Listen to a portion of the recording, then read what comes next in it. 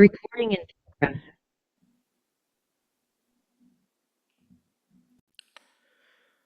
소발의 말인데 이것이 우리가 욥기에서 볼 수 있는 마지막 소발의 말입니다. 어, 엘리바스와 빌닷은 세 번씩 이야기했는데요. 소발은 딱 두 번 이야기하고 이제 마무리가 됩니다. 1절입니다. 나아마 사람 소발이 대답하여 이르되 그러므로 내 초조한 마음이 나로 하여금 대답하게 하나니 이는 내 중심이 조급함이니라. 욥의 말을 듣고 참을 수가 없어서 나선 겁니다. 마음이 조급하다고 합니다. 욥의 발언을 참아내지 못하는 이유는 딱 하나입니다. 3절. 내가 나를 부끄럽게 하는 책망을 들었으므로 욥이 자신을 어리석다고 욕했기 때문에 소발도 화가 나서 나선 것입니다. 나의 슬기로운 마음이 나로 하여금 대답하게 하는구나. 욥, 너가 나를 어리석다고 말했지만 나는 슬기롭고 지혜로운 자다. 그래서 내가 너의 말을 참지 못하겠다. 내가 한마디 거들겠다. 4절. 내가 알지 못하느냐? 예로부터 사람이 이 세상에 생긴 때로부터 악인이 이긴다는 자랑도 잠시요 경건하지 못한 자의 즐거움도 잠깐이니라. 그 존귀함이 하늘에 닿고 그 머리가 구름에 미칠지라도 자기의 똥처럼 영원히 망할 것이라. 그를 본 자가 이르기를 그가 어디에 있느냐 하리라. 악인이 잠시 형통할 수는 있으나 그 잠깐의 시간이 끝나면 영원한 멸망으로 향하게 될 것이라는 의미인데 이것은 12장 6절에서 욥이 했던 발언을 정면으로 반박한 겁니다. 12장 6절에서 욥이 뭐라고 말했느냐? 제가 12장 6절을 읽어드리겠습니다. 강도의 장막은 형통하고 하나님을 진노하게 하는 자는 평안하니 하나님이 그의 손에 후히 주심이니라. 욥은 의인이 복을 받고 악인이 벌을 받는다는 말에는 대체적으로 동의합니다만 반드시 그렇지만은 않다면서 이 말을 했습니다. 그러니까 인과 응보를 절대적인 진리인 양 강요하지 말라. 이게 욥의 생각이었어요. 실제로 강도가 형통하고 악인이 평안하게 사는 일을 이 세상에서 얼마든지 우리가 볼 수 있지 않겠습니까? 그런데 엘리바스와 빌닷과 소발은 그런 일은 절대 일어날 수 없다라는 입장입니다. 인과응보는 절대적인 법칙이다. 엘리바스는요, 옛날 선조 때부터 이 지혜는 오염되지 않고 대대로 전수해 왔다라며 인과응보를 설명했습니다. 소발의 말도 이에서 지나지 않습니다. 악인이 승리하는 것처럼 보일 수 있지만 그건 잠깐이다. 악인이 형통하는 것처럼 보일 수도 있지만 그건 역시 잠깐이다.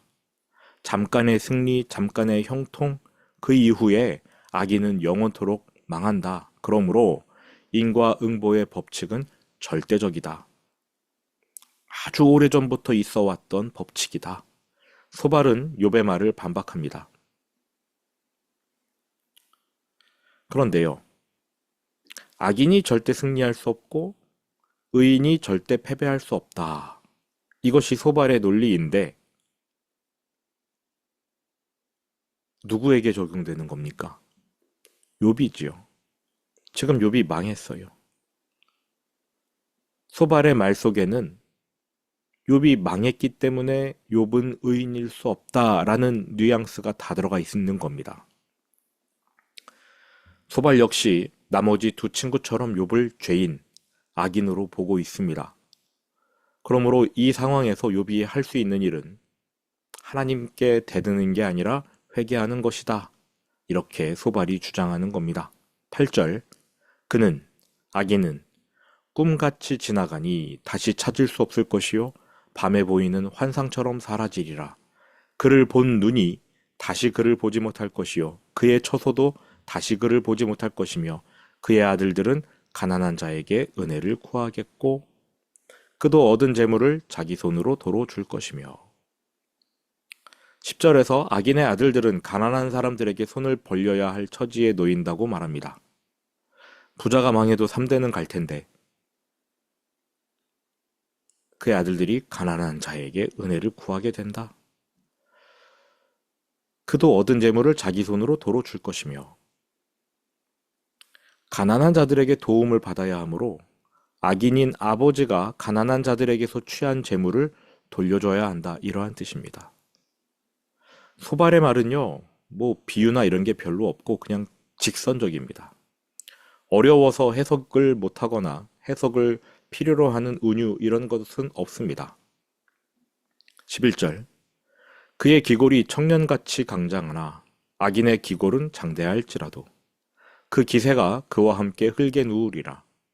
빨리 죽을 것이다. 12절 그는 비록 악을 달게 여겨 혀 밑에 감추며 아껴서 버리지 아니하고 입천장에 물고 있을지라도 악인들은 악행을 너무 사랑해서 눈깔 사탕 오랜 시간 우물거리며 단물을 빨아먹듯 항상 악행을 입안에 넣고 즐겼는데 14절 그의 음식이 그 눈깔 사탕이 그 악행이 창자 속에서 변하며 뱃속에서 독사의 쓸개가 되느니라. 악행에 대한 대가를 톡톡히 치르게 된다는 것입니다. 15절 그가 재물을 삼켰을지라도 토할 것은 가난한 자에게서 재물을 착취하더라도 결국 토해내야 한다.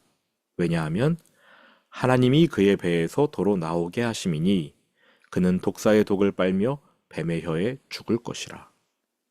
악행을 하면 그 악행 때문에 죽는다는 겁니다. 여기 뭐 특별히 어려운 비유는 없어요. 소발은 단순합니다. 악을 행하면 재앙을 당한다. 욥, 너가 재앙을 당했으니 너는 악행을 했다. 너는 악인이다. 그런데 악인 주제에 감히 의로운 나를 욕하느냐. 17절 그는 강, 곧 꿀과 엉긴 젖이 흐르는 강을 젖과 꿀이 흐르는 강이래요. 그러한 강을 보지 못할 것이요.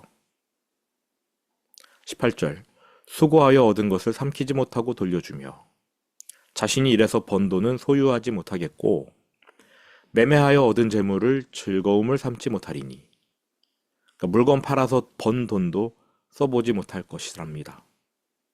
왜 그렇습니까? 19절 이는 그가 가난한 자를 학대하고 버렸음이요 자기가 세우지 않은 집을 빼앗음이니라. 20절 그는 마음의 평안을 알지 못하니 그가 기뻐하는 것을 하나도 보존하지 못하겠고 재물의 복을 누리지 못하는 것은 당연하고요. 마음의 평안까지도 못 누린다고 합니다. 21절 남기는 것이 없이 모두 먹으니 저축은 못하고 수중에 가진 것을 다 먹어 없앨 만큼 궁핍해진다는 뜻입니다. 그런즉 그 행복이 오래가지 못할 것이라. 늘 불안하고 안정감이 없는 상태. 22절입니다. 풍족할 때에도 괴로움이 이르리니 이런 것만큼 괴로운 일이 있겠습니까? 풍족한데 괴로움을 겪어야 한대요. 풍족한데 언제든 이 모든 것을 잃어버릴 것 같아 마음이 두려운 겁니다. 그 두려움이 실제가 되고 공포가 됩니다. 근데 결국 다 잃어버려요. 모든 재난을 주는 자의 손이 그에게 임하리라. 모든 재난을 주는 자, 하나님의 진노의 손이 그에게 임하리라. 다 빼앗기는 거죠. 23절 그가 배를 불리려 할 때에 하나님이 맹렬한 진노를 내리시리니 배부르고 등 따숩게 살아보려고 했는데 그 순간 하나님이 재앙을 쏟아 부으십니다. 음식을 먹을 때에 그의 위에 비같이 쏟으시리라. 재앙을 비처럼 소낙비처럼 쏟아 내리시는 하나님. 하나님이 내리시는 재앙인데 악인이 이 재앙을 피할 수 있겠습니까? 피하려는 노력은 해볼 수 있겠지요. 그런데 24절 그가 철병기를 피할 때에는 노토화살을 쏘아 꿰뚫을 것이요. 하나님이 보내시는 철병거를 피했더니 화살이 날아와서 몸에 박힙니다. 25절 몸에서 그의 화살을 빼낸즉 박힌 화살을 뽑았더니 화살촉 박힌 곳에서 쓸개즙 액이 뿜어져 나옵니다. 번쩍번쩍하는 촉이 그의 쓸개에서 나오고 하필 쓸개에 화살이 박혔던 거지요. 내장을 다 헤집어 놓은 겁니다. 그러니까 화살을 뽑자마자 이제 난 죽겠구나. 악인의 최후에 대한 소발의 결론 26절부터 29절 큰 어둠이 그를 위하여 예비되어 있고 사람이 피우지 않은 불이 그를 멸하며 그 장막에 남은 것을 해치리라. 하늘이 그의 죄악을 드러낼 것이요 땅이 그를 대항하여 일어날 것인즉 그의 가산이 떠나가며 하나님의 진노의 날에 끌려가리라. 이는 악인이 하나님께 받을 분깃이요 하나님이 그에게 정하신 기업이니라. 지금까지 읽은 소발의 발언 내용 틀린 것이 있습니까? 요약하면 이렇습니다. 악인은 절대 형통할 수 없다. 잠깐 승리한 것처럼 보일 수 있어도 멸망이 기다리고 있다. 반면 의인은 번영한다. 악인은 아무리 노력해도 번영할 수 없지만 의인은 번영한다. 악인은 잠깐 번영하더라도 하루아침에 모든 것을 잃어버릴 것이다. 악인은 언제나 두려움에 떨어야 한다. 소발의 발언 틀렸습니까?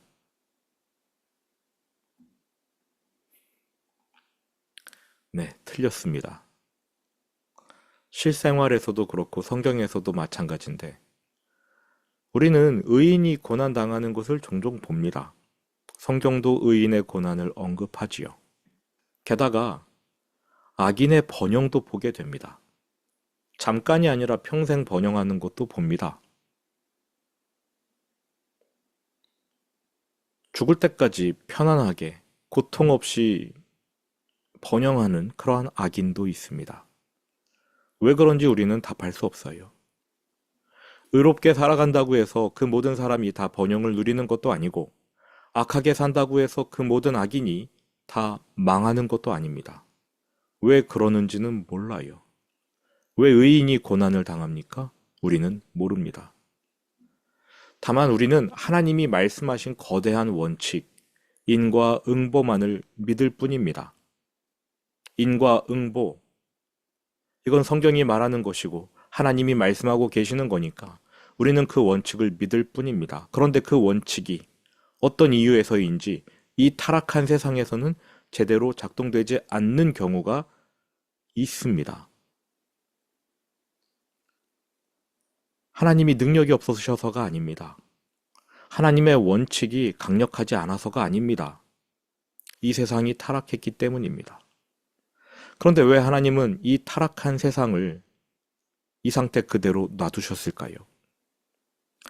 또 아무리 타락한 세상이어도 인과응보의 법칙만큼은 철저하게 지키셔야 하는 것 아니겠습니까? 그런데 생각해보면요. 만약 하나님이 인과응보의 법칙을 철저하게 지키신다? 이 세상에 남아있을 사람이 한 명도 없을 겁니다. 의인의 고난에 대해 짧은 견해이지만 좀 더 말해보겠습니다. 하나님께서 어떤 사람에게는 그리스도를 위한 고난, 교회를 위한 고난, 그리스도의 남은 고난을 부과하기도 하십니다. 이건 타락한 세상에서 의인이 받는 고난이 아니라 하나님이 어떤 사람에게 고난을 부과하시는 경우라고 볼 수 있는 거죠. 세상이 타락하지 않아도 누군가 고난을 받아야 되는 사람이 있다. 논리적으로 그렇게 생각할 수밖에 없습니다. 사도 바울이 교회를 위해 고난을 짊어졌습니다. 하나님이 부과하신 고난이지요. 베드로, 12제자들, 그들이 교회를 위해 그리스도의 남은 고난을 자신의 몸에 채운 사람들입니다. 지금도 누군가는 하나님의 영광을 위해 그런 고난을 받을 것입니다. 정작 본인은 자신이 하나님의 영광을 위해 고난받는다는 사실을 몰라서 힘들어하겠지만 하나님은 그들의 삶을 통해 영광을 받으십니다. 욥의 고난은 어떻습니까? 아무 의미 없는 고난입니까? 욥의 고난을 통해 하나님은 사탄의 논리를 무너뜨리실 수 있었고 이를 통해 하나님과 그 자녀의 회복의 기미를 보실 수 있었던 거지요. 이를 통해 스스로 영광을 취하실 수 있었습니다. 욥은 모르지만 하나님은 욥의 믿음을 자랑하셨어요. 욥에게도 영광이지요. 욥은 모르지만 말입니다.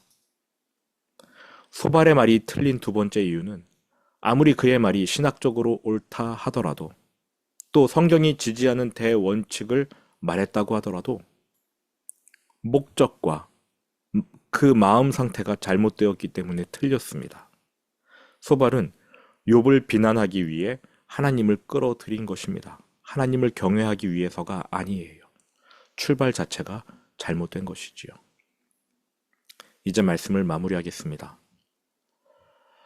반복되는 주제가 계속 나옵니다. 우리도 욥기를 읽으면서 이런 게 왜 반복될까 답답해하고 때로는 좀 지겹기도 하지만 그게 우리들의 삶 아닙니까? 우리들의 삶 속에서 일어나는 일들에 대해 우리가 어떻게 해석할 수 있느냐, 그 해석을 하는 사람이 힘을 갖게 되는 것인데요. 엘리바스, 빌닷, 소발 이들의 해석 그 틀을 갖고 있으면 자유롭게 살지 못할 것 같습니다. 반면에 욥의 해석의 틀을 가지면 역시 이 해석의 틀도 옳지 않기 때문에 안 좋은 일이 생길 때마다 하나님께 불평을 할 수 있을 것 같아요. 둘 중에 뭐가 더 낫냐? 그러고 그렇게 물어본다면 저는 욥의 해석의 틀이 좀 더 낫다고 보겠지만 옳지는 않습니다. 우리는 계속해서 우리의 인생을 살아가면서 성경의 기준으로 우리 삶에 일어나는 일들을 해석하는 틀, 그걸 세워가는 그런 학생들입니다. 앞으로 여러분들의 삶 속에서 어떠한 일이 일어나든 그것을 하나님의 뜻 안에서 해석할 수 있는 그러한 건강한 틀을 가지시기를 축원드립니다. 물론 다 알 수는 없지만 그러한 일들에 대해서 우리가 해석할 수 있어야 우리는 하루하루 살아갈 수 있지 않겠습니까? 하나님께서 우리에게 지혜를 주시고 말씀에 지식을 주셔서 이러한 해석의 틀들을 만들어 나아가기를 원합니다. 그러한 여러분이 되시기를 축원드립니다. 주기도문으로 오늘 예배를 마치겠습니다.